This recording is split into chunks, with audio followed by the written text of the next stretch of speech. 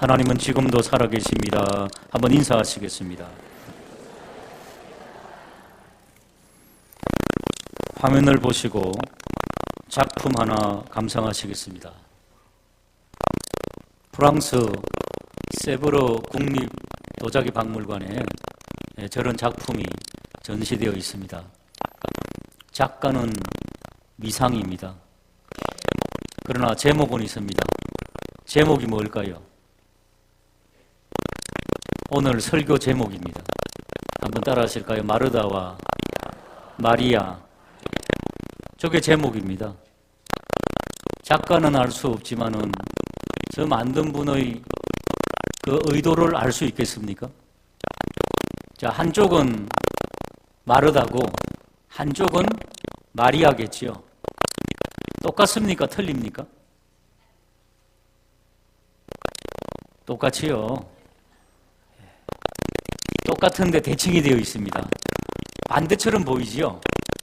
저는 저 작가가 탁월한 통찰력으로 저 작품을 만들었다고 그렇게 생각합니다. 마리아와 마르다는 주님 보시기에 같은 신앙인입니다.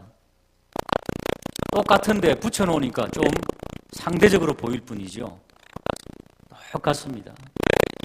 왜 이 작가가 탁월한 통찰력을 가지고 있다고 말씀하는가 하면은 오늘 잘못하면은 우리는 이 본문을 가지고 예수님의 말씀을 듣던 마리아는 대단한 신앙인이고 봉사하다가 주님 앞에 좀 이야기했다가 그냥 꾸중들은 마르다는 아주 김 빠지고 힘 빠지는, 그래서 혼나는, 그래서 실컷 일하고 혼나는 그런 신자, 이렇게 오해하기 쉽다는 것입니다. 실제로 저도 옛날에 이 말씀을 여러 번 읽으면서 예수님 봉사하는 게 얼마나 힘드신데 이렇게 혼을 내시다니요. 그러면 누가 교회 봉사하겠습니까? 이렇게 생각해 본 적도 있습니다. 주님께서 그런 의미로 마르다에게 말씀하신 것일까요? 그러면 우리는 그렇게 생각할 수 있죠. 교회 봉사 나 안 해. 나도 말씀만 들을래. 이렇게 할 수 있지 않습니까? 금방 대칭 구조를 보듯이 하나님의 나라와 교회를 위해서는 똑같다는 것입니다. 그러나 오늘 본문을 통해서 그럼에도 불구하고 우리가 받아야 할 교훈은 무엇인가 하는 그런 부분들을 나누도록 하겠습니다.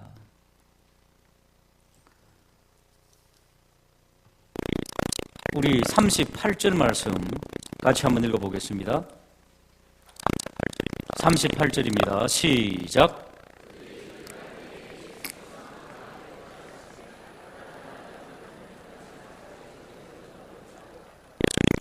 예수님께서 마르다 집에 신방하신 거지요. 오늘 장로님 기도해 주셨죠. 이제 우리 교회도 봄 신방이 시작되었습니다. 가정에 구역에 가서 신방하게 될 터인데 이 신방 받는 그런 상황이 됩니다. 예수님께서 예루살렘을 향해서 여행을 하시다가 십자가를 지시기 위해서 내려가시다가 한 마을에 들르셨는데 우리가 잘 아는 베다니 마을입니다. 마을에 갔더니 마르다라고 하는 평소에 잘 알고 지내던 신앙의 여인이 예수님과 제자들을 자기 집으로 영접했다, 그렇게 말씀하고 있습니다. 이건 뭘 말씀합니까? 마르다는 여인입니다. 교회 전통적으로 해석되는 것은 이 마르다는 과부, 홀로 된 여인입니다. 홀로 된 여인이 예수님과 제자들을 집으로 영접하고 신방을 받습니다. 자, 예수님과 제자들은 최소한 몇 명입니까? 최소한 예수님과 12제자니까 최소한 13명입니다. 장정이. 여러분, 예수님께서 12제자만 데리고 다니셨다 이렇게 하면 오해입니다. 더 많은 제자들과 사도들이 있었습니다. 그러니까 최소한 13명의 사람들을 홀로 된 여인이 자기 집에 초청했다, 신방 받는다, 이거 쉬운 일이 아닙니다. 지금 성경은 왜 이 말씀을 하겠습니까? 위에 있는 사마리아, 선한 사마리아인의 비유, 율법사의 잘못된 신앙관, 머리로만 믿던 신앙관, 이웃 사랑과 하나님 사랑은 무엇인가? 강도 맞아 죽어가는 자를 위해서 다가가서 그를 돌보아 주는 것이 이웃 사랑이며, 또 이 한 여인을 보라는 것입니다. 홀로 된 여인, 자기 집이 얼마나 힘들고 어렵겠습니까? 그럼에도 불구하고 하나님의 사랑과 이웃 사랑을 몸소 실천하는 이 여인을 보라. 그렇기 때문에 마르다와 마리아는 같은 신앙인입니다. 지금 주님께서는 이들이 힘들고 어려움에도 불구하고 어떻게 주님을 사랑하는지, 하나님을 사랑하는지, 이웃을 위하는지를 한번 보라는 것입니다. 사랑하는 여러분, 저도 목회를 하면서 보면은 정말 목회자를 위하고 그리고 대접하고 하는 그런 손길들 보면은 꼭 부자만 그런 것 아니더라고요. 마음이 있는 분들, 정말 대접하기를 절개하는 분들이 있습니다. 지난주에도 우리 교육자들을 초청해가지고 음식점에서 참 정갈스러운 음식을 나누고, 이 대접하는 이런 마음이 있어야 된다는 것입니다. 어떤 분은 참 상황이 어렵고 힘든데도 정말로 어떻게 하면 대접할 수 있을까 하는 그런 것들. 교육자뿐 아니라 우리 성도들과 함께 나누는 삶, 서로 같이 대접하는 삶, 홀로 된 여인이지만은 13명 이상의 사람들을 마다하지 아니하고 집에 초청해서 섬기는 삶, 이런 것이야말로 하나님의 사랑, 이웃 사랑을 실천하는 그런 부분, 우리가 머리로만이 아니라 우리의 몸으로 함께 실천하고 섬기는 그런 행동하는 그리스도인이 되기를 주님의 이름으로 축복합니다. 신명기 10장 18절 19절 보시면은 고아와 과부를 위하여 정의를 행하시며 나그네를 사랑하며, 예수님도 갈릴리 북부 지방을 떠나셔가지고 예루살렘으로 여행하시면서 나그네로서의 삶을 지금 사시는 겁니다. 십자가를 지시는, 이제 죽음을 앞에 두는 그 주님과 제자들을 위해서 떡과 그리고 잠자리를 마련했던 마르다와 마리아. 19절 말씀 같이 한번 읽어보겠습니다. 시작. 전에 너희도 애굽 땅에서 나그네 되었습니다. 사랑하는 여러분, 우리도 얼마나 힘들고 어려운 시절을 지내왔습니까? 가난이 무엇인지 우리 어르신들은 아실 것입니다. 먹을 것이 얼마나 귀한 시절에 저 나이도 먹을 것이 부족해가지고 잘 못 먹어가지고 제가, 우리 어머니는 노발대발 하실 것 같은데요. 이빨에 영양실조가 걸렸어요. 이빨에 영양실조 걸리면 어떻게 되는 줄 아십니까? 밥을 씹지를 못합니다. 제가 실제로 그런 영양실조를 걸렸습니다. 그렇게 어려운 시절을 우리가 지나왔습니다. 사랑하는 여러분, 이번 한 주 우리가 좀 서로 같이 교제하고 떡을 떼며 대접하고 뭐 차라도 한 잔 대접한다든지, 이런 본문을 보면서 하나님 사랑, 이웃 사랑이 무엇인가? 실천하는 것이구나. 함께 실천하며 주님을 기쁘시게 하는 저와 우리 모두가 되기를 주님의 이름으로 축복합니다. 이제는 더 이상 우리나라는 뭐 먹을 게 없고 뭐 직장 힘들고 어렵고 이런 이야기 해서는 안 됩니다. 우리가 얼마나 헐벗고 어려운 시절이 있었습니까? 지금은 더 갖추려고 하는 바라가 아닙니까? 날마다 우리의 입술이 벌려지고 기도하면은 하나님 이만큼 살게 하신 은혜도 감사합니다. 감사로 하나님 앞에 영광을 올려드리기를 주님의 이름으로 축복합니다. 그런 감사를 드리면은 비록 여러분 사업과 모든 게 힘들지만은 감사하는 그에게 하나님께서는 하늘 문 여시고 또다시 하나님께서 주시고자 하시는 복을 주시지 않겠습니까? 누가복음 6장 31절 같이 읽겠습니다. 시작. 그렇습니다. 이제 이 말씀, 진리의 말씀을 그대로 실천하는 그런 역사가 있기를 주님의 이름으로 축복합니다. 자, 선한 사마리아인도 하나님 사랑, 이웃 사랑을 몸으로 실천했다. 자, 마르다와 마리아도 지나가는 나그네 예수님과 그 제자들을 집으로 초청해서 이웃 사랑을 실천하고 있다. 라고 하는 메시지를 우리에게 주면서 얼마나 하나님 사랑, 이웃 사랑이 중요한가 라고 하는 말씀을 주시면서, 그러나 너희들이 실천할 때에 조심할 게 있다는 것입니다. 오늘 본문 말씀을 오해하지 말아야 할 것은 하나님의 말씀을 경청하는 자는 귀한 자고 봉사하는 자는 열등한 자다, 혼날 자다, 이렇게 해석하면 절대로 안 됩니다. 그러나 마르다의 섬김의 모범을 통해서 그래도 사람이 이 컨디션이 있지 않습니까? 영적인 컨디션, 믿음의 컨디션. 섬기다 보면은 때때로 이 높낮이가 있습니다.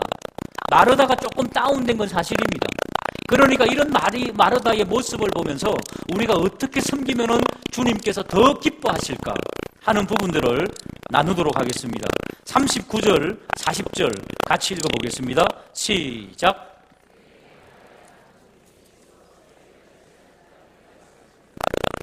마르다는 준비하는 일이 많아 마음이 분주한지라 예수께서 나아가 이르되 주여 내 동생이 나 혼자 일하게 두는 것을 생각하지 아니하시나이까 그를 명하사 나를 도와주라 하소서 이렇게 나옵니다.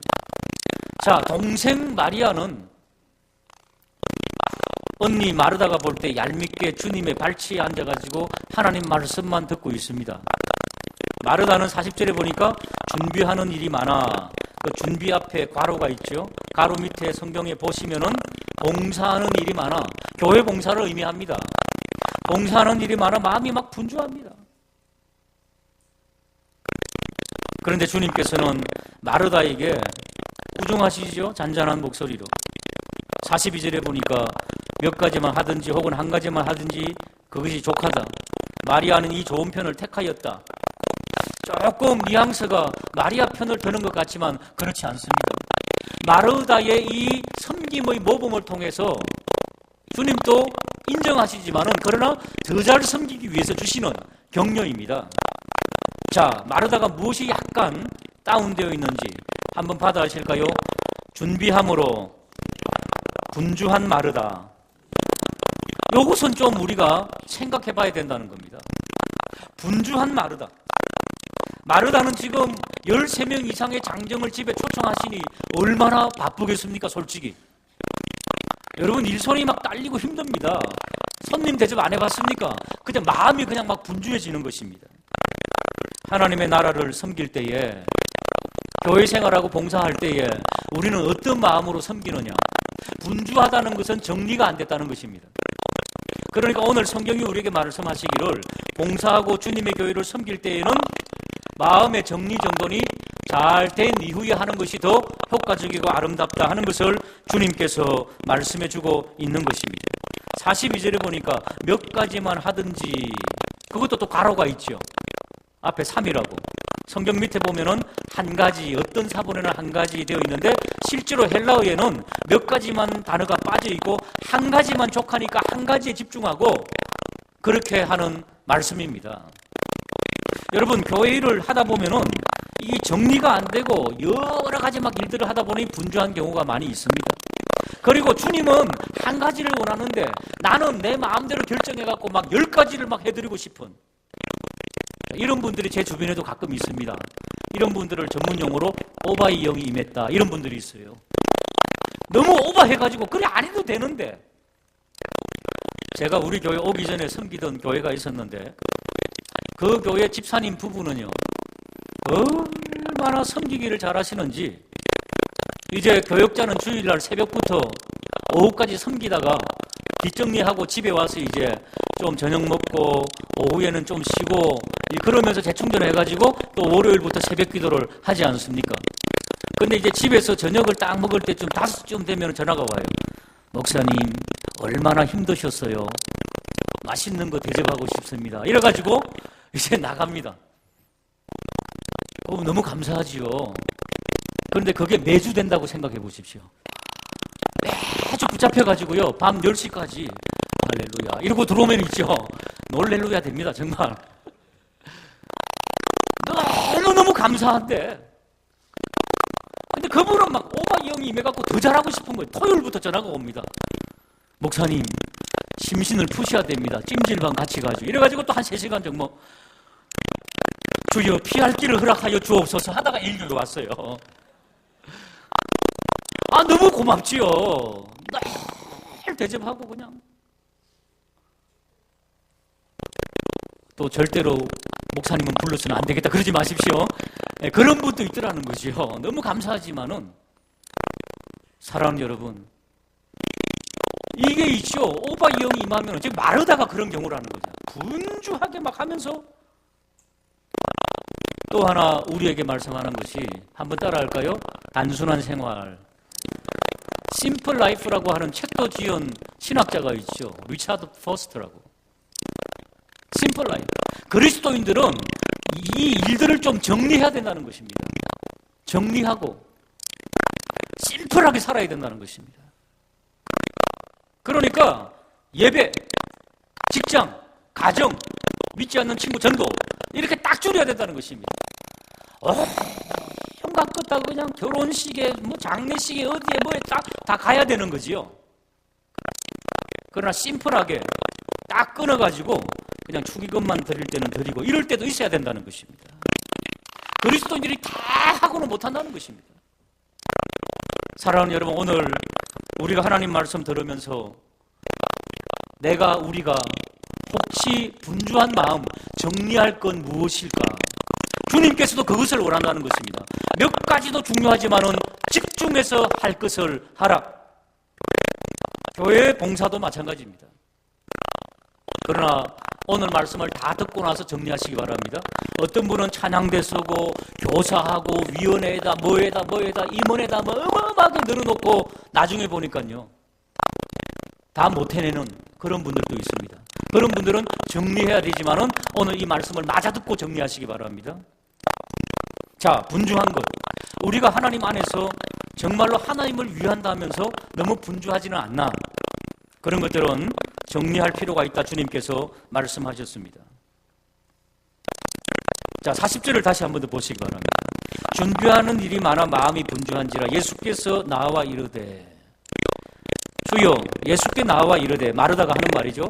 내 동생이 나 혼자 일하는 것 왜 생각지 않으십니까? 혼자에 좀 줄을 그으시기 바랍니다. 한번 따라 하실까요? 혼자만 일한다고 생각하는 마르다. 이럴 때 화가 난다는 것입니다. 어차피 사실은 교회도 있죠. 보면은 일하는 사람들이 하게 되어 있습니다. 그렇기 때문에 일하는 사람은 한 사람이 10목을 하고 20목을 합니다. 이게 잘못된 게 아닙니다. 그러나 내 혼자 일하고 있네 이거? 저 사람은 놀고 있네? 라고 하는 비교의식이 들어갈 때는 그때는 점검해 봐야 된다는 것입니다. 마르다가 바로 지금 그런 경우 아닙니까? 왜 나 혼자 일하는데 주님 내버려 두십니까? 지금 말씀드렸지요. 이 말씀 잘 듣고 정리해야 된다고요. 자, 이건 뭔가 하면은 하나님의 말씀의 은혜가 떨어지고 하나님의 진리의 말씀에 내 마음속에서 소갈되면은 날마다 그 말씀을 먹고 충전해야 되거든요. 근데 하나님 말씀을 듣지 않고 내 스스로 봉사하게 되면은 고갈됩니다. 그러면은 세상적인 생각과 철학과 세상적인 비교의식이 들어오기 때문에 마르다는 나 혼자 일하는 것처럼 보이는 거지요. 그러니까 주님께서는 우선순위 말씀을 하고 있는 겁니다. 마리아에게 이 칭찬한 것은 우선순위에 대한 문제였죠. 하나님 말씀이 먼저 충만하게 있으면은 너도 나 혼자 일한다는 피해의식이 없다는 것이지요. 자, 한번 따라 하실까? 하나님의 말씀으로 충만하자, 사모하자. 교회는 바로 이런 곳입니다. 세상과 다릅니다. 하나님의 말씀과 예배가 우선되어야 됩니다. 은혜 떨어지고 말씀 떨어진 사람들 보십시오.